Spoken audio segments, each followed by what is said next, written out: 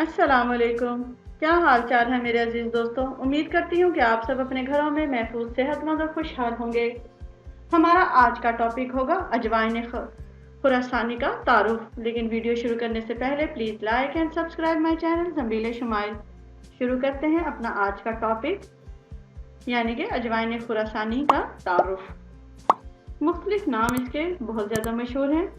मिसाल के तौर पर अजवाइन खुरासानी, अरबी में इसे बजरुल बैन कहा जाता है, फारसी में इसे तुख्मे बंग कहा जाता है, डॉक्टरी में इसे हैंडबैन कहा जाता है और लातीनी में इसे हायो सालिमिस कहा जाता है। इसकी वजह जो नाम पढ़ने की है वो इसलिए है कि इसका बीज ज़्यादातर खुरासान से हिंदुस्तान में आता था, लिहाजा हिंदी अतबा ने इन बीजों को अजवाइन के मुशाबे करके इसका नाम खुरासानी यमानी रख दिया, जो बाद में खुरासानी अजवाइन के नाम से मशहूर हुआ। बंज उस पौधे का नाम है जिससे यह दवा पैदा होती है, इसलिए इसको अरबी में बजरुल बेंज कहा जाता है।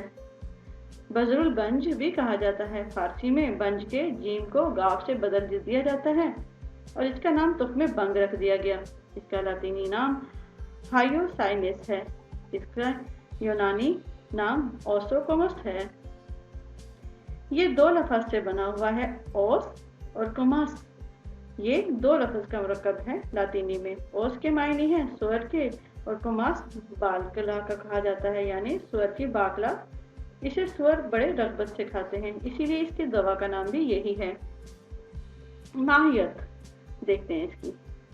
एक्चुअली बात दरअसल ये है कि ये हकीकत में अजवाइन की कोई किस्म सिरे से है ही नहीं, जैसा कि इसके नाम में अजवाइन पाया गया। ना ही ये भंग के बीज में से है, जिस पर इसका अरबी नाम यानी कि बनूरुल बिंज कहा गया है। बाज़ जगह ये बजरुल बंज भी है। फारसी में इसका नाम तुख्मे बंग पर दलालत करते हैं, बल्कि असल बात यह है कि ये एक अलहदा ही नशावर पौधा है जो 19वीं के मुशाबे होता है। अब देखते हैं कि पैदा कहाँ होता है। ये एक खुदरू पौधा है जो बाग में भी बोया जा सकता है। हिंदुस्तान में इसकी पैदाइश जो है वो अकबराबाद से शुरू हुई और वहाँ से होती हुई ये पहुँच गई हिमालय तक। कोहे हिमालय में कश्मीर से गढ़ावा तक ये पाई जाती है। यूरोप में अगर हम देखें तो ये पुर्तगाल और यूनान से नॉर्वे और फिर फिनलैंड तक इसकी पैदाइश है। मिस्र, एशिया कोचिक, काफरिस्तान और साइबेरिया, फिर वहाँ से होती होती ये आ जाती है खुरासान में, यानी ईरान के इलाके में। फिर वहाँ से बलूचिस्तान में आ जाती है और फिर इसकी पैदाइश आ जाती है कोयटा में। कोयटा में ये बहुत ज़्यादा पैदा होती है, लेकिन अब अमेरिका और ब्राज़ील में भी ये पैदा होने लग गई है। सहारनपुर के बागात नबातात में भी ये इसकी स्याह किस्म बोई जाती है और वहाँ इसके पत्तों का अर्क निकाला जाता है, वो तैयार भी होता है, जो डॉक्टरी अदविया में बकसरत मुश्तमिल है।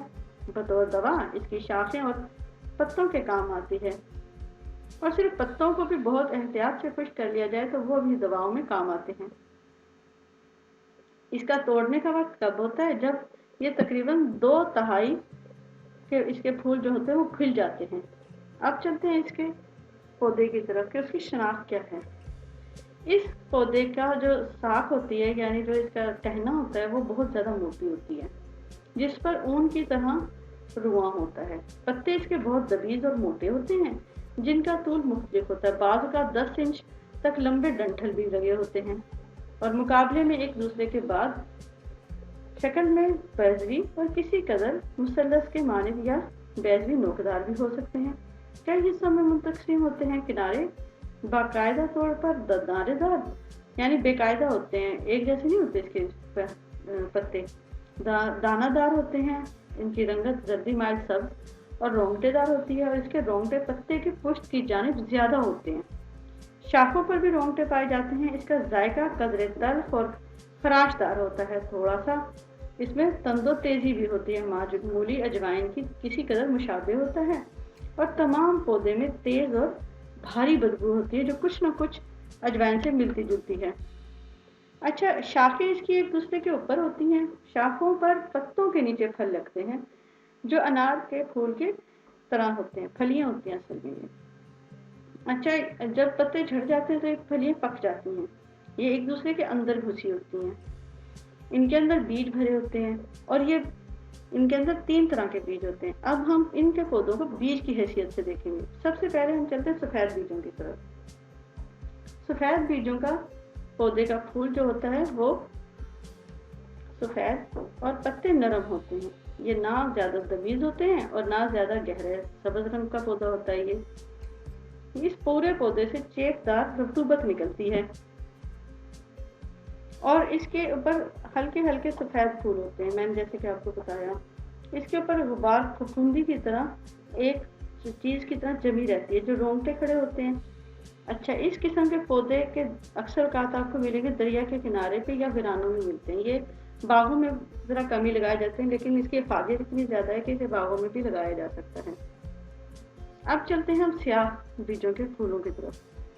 स्याह बीजों के जो पौधे होते हैं उसके फूल जो होते हैं वो जर्दी माइल होंगे। वाज़ह कथा उसकी सेब की सी होगी, यानी सेब के फूलों की तरह उसका होता है। और इसके पत्ते जो होते हैं वो किसी कदर कम हो तो नरम हो जाएंगे, लेकिन इसकी नरमी सफ़ेद नरमी से ज़रा कम होती है।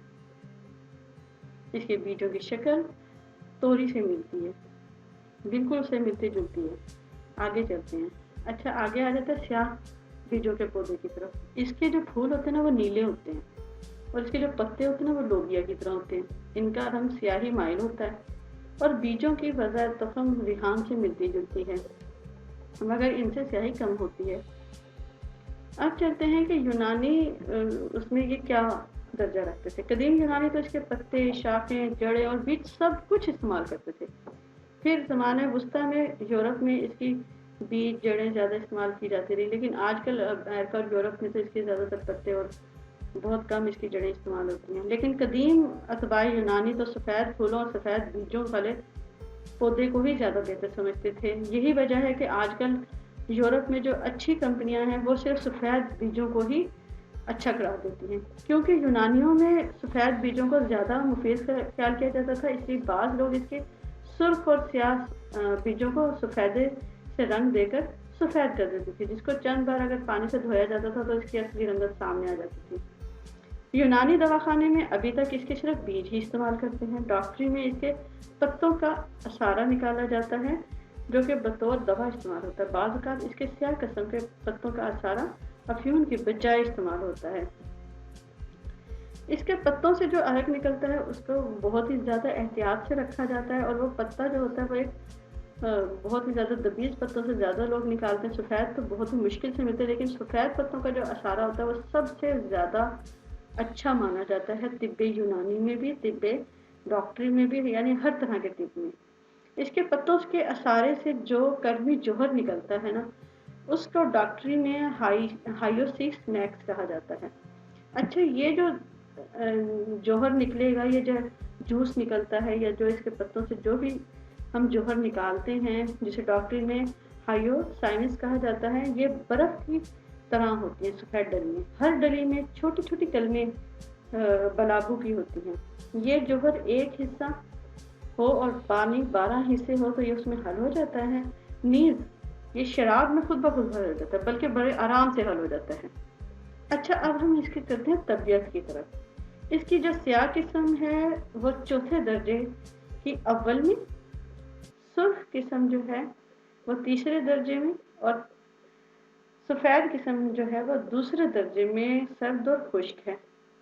इसकी बेहतरीन और आला किस्म जो है वो सफ़ेद मानी जाती है। यही वजह है कि चाहे फिर वो तिब्बे यूनानी हो या तिब्बे रूहानी हो या तिब्बे हिंदुआना हो या चाहे आयुर्वेदिक हो, हर जगह सफ़ेद किस्म ही इस्तेमाल की जाती है।